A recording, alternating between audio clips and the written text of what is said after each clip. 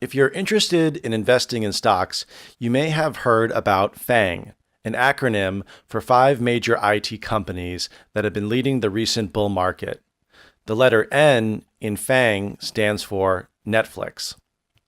Since its launch in Korea in 2016, the US media giant has expanded its base in the domestic market. Now, going beyond establishing itself as a leader in content streaming market, Netflix took a more aggressive step by investing in and creating more content targeted at Korean consumers. Also, setting up a business partnership with Korea's on-demand provider, Netflix will soon become available on your TV. Korea's media industry players are reacting with both concerns and hopes.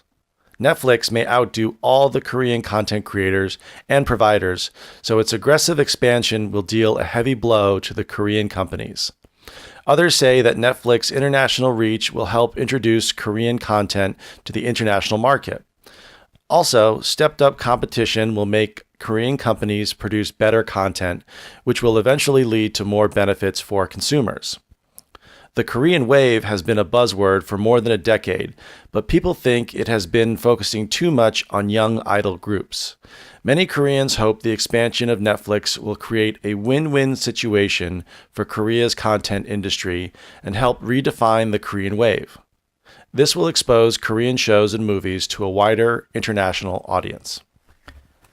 Netflix wants to expand its market segment by having their service accessible through on-demand. Netflix has attracted the attention of younger users, but now wants to focus on bringing in older people who will subscribe to their service. So I said Netflix wants to expand its market segment. A market segment is an expression we use to define a group of people who usually buy things. So for example, if you were to say, I think like the coffee shop market, 80% of its customers are women from their 20s to 50s. So, a market segment, women from 20s to 50s. And then we talked about accessible through on demand. So, SJ mentioned that you guys call it IPTV. We call it on demand in America. It's kind of a service. You have your network channels, your basic cable, your premium cable. And then if you'd want to watch a movie or want to watch an old TV show or pay for something, you would go to the on demand section. And then in on demand, it's like internet TV, but every cable company calls it on demand. So it used to be pay-per-view, but now we're calling it on demand. Netflix is targeting an older demographic by having its service available on demand. Younger early adapters are already using this service on their computers and mobile devices. So I said the older demographic. Demographic is same as market segment. It's to define a group of people by age, race, income level. If they're male or female, that's a demographic. And we can also shorten it for demo. So you could say that Netflix is looking to attract an older demo. Sometimes we say demo is short for demographic. Netflix's entrance into the market has caused Korean media companies to react and focus money and effort on increasing the quality of entertainment.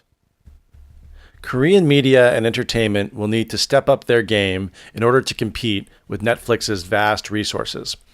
Step up their game. We used this expression a few podcasts back. It means if someone sees a threat to their business or in sports, there's someone better than you, you need to work harder and do better in order to compete. So we say step up your game or their game or my game. And then to compete with Netflix's vast resources. So when we say vast, it means kind of wide, very big. So if someone has vast resources, that means they have a lot of money. Or, I guess the Middle East, there's a vast resource of oil. So they have vast resources. So that's what we use to talk about when someone has a lot of something they can use. With a huge amount of money, Netflix can drastically change the entertainment landscape in Korea. Netflix can create a large amount of content for Koreans. This will challenge the older traditional media industry. So I said Netflix can drastically change the entertainment landscape.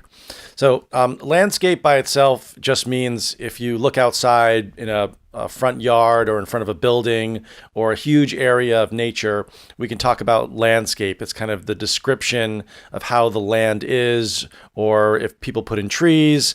The landscaping business is when people kind of cut down trees, put in plants and flowers. When we talk about the entertainment landscape, so if you were to look at the whole industry as a whole, we would say if you can change the entertainment landscape, it would change how it looks. So we can attach landscape to other things like the industrial landscape of Korea is increasing because they're making more products, or decreasing because they're making less products. So you can attach landscape to other things to kind of give maybe like a God's eye view of what something looks like.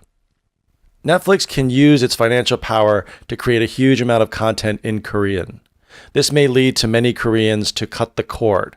So I said this may lead to many Koreans to cut the cord. To cut the cord, cutting the cord is a new phenomenon in America where people stop paying for cable. They start only using services like Netflix or like premium cable HBO Go, or only watching YouTube or Apple TV, where you could just buy and download the shows you want. So the people are called cord cutters. So for example, my brother was in an electronics store and someone tried to sell him satellite TV and he said, "Sorry, I cut the cord." So it means that you've stopped using traditional cable or TV and you're only using internet or your smartphone for entertainment. Netflix translates all its new shows and movies in several languages. This is a great chance for Korean entertainment to be enjoyed across the world. The Netflix platform translates its content, then uploads it to its service, so anyone in any country can access its entertainment. This will increase the exposure of Korean movies and shows. So I said the Netflix platform translates its content. So we talk about a platform. You might have heard it on a train when you're standing at the platform and waiting for a train. That's where you stand. But a platform can also be described as something that provides something on a level of technology. So like the Windows platform, that means some software would only work with Windows. Alternatively, if you have the iOS platform, that means something would work with the Apple computing system. So the Netflix platform is kind of to talk about its overall technology of what it can do. So for example, if you like Game of Thrones, you can't see it on the Netflix platform. That's on the HBO platform. So it's kind of another way of talking about a service or technology. Thanks, guys. Thanks for downloading. Bye-bye.